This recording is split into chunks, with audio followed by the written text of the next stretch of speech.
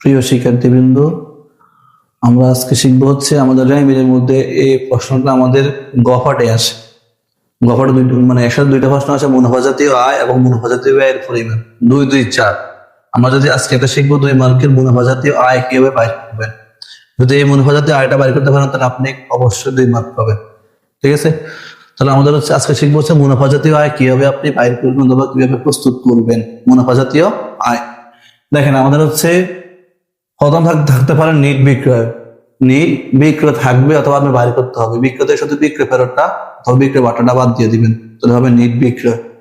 পরে শিক্ষানবিশ সেলামি আমাদের জন্য আয়, এখানে মুনাফা জাতীয় আয়টা যোগ করবেন। তারপর হচ্ছে কি বিনিয়োগের সুদ। বিনিয়োগের সুদটা আমাদের বিনিয়োগের সুদ কি যে কোনো সম্পদের সুদ হবে। দেখেন, এখানে সম্পদের সুদ দুইটা আছে, একটা হচ্ছে বিনিয়োগের সুদ আর একটা হচ্ছে ব্যয়ঙ্গমের সুদ। মনে রাখবেন, সম্পদের সুদ আমাদের জন্য আয়, আমাদের জন্য কি আয়। এই আয়টা হচ্ছে মুনাফা জাতীয় আয়।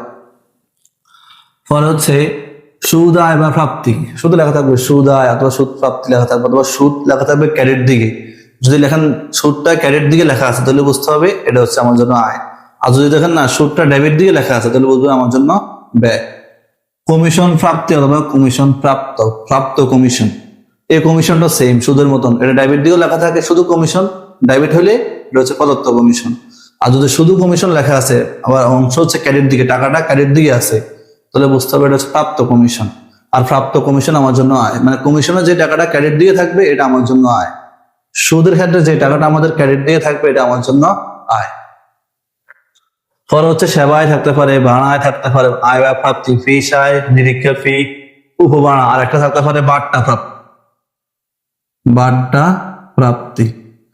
যদি শুধু লেখা আছে না মিলে শুধু বাট্টা আছে, এবং বাট্টাটা ডেবিটও আছে ক্রেডিটও আছে, কোন বাট্টা লিখবেন? তাহলে যে বাট্টাটা আমাদের ক্রেডিট দিয়ে আছে ওইটা আমার জন্য বাট্টা প্রাপ্তি বা প্রাপ্ত বাট্টা প্রাপ্তি অথবা কি প্রাপ্ত বাট্টা। ঠিক আছে, এই যদি এগুলো মনে রাখতে পারেন তাহলে আমরা অবশ্যই র্যামিলে আমাদের মুনাফা জাতীয় আয়টা 2, 2 পাবেন।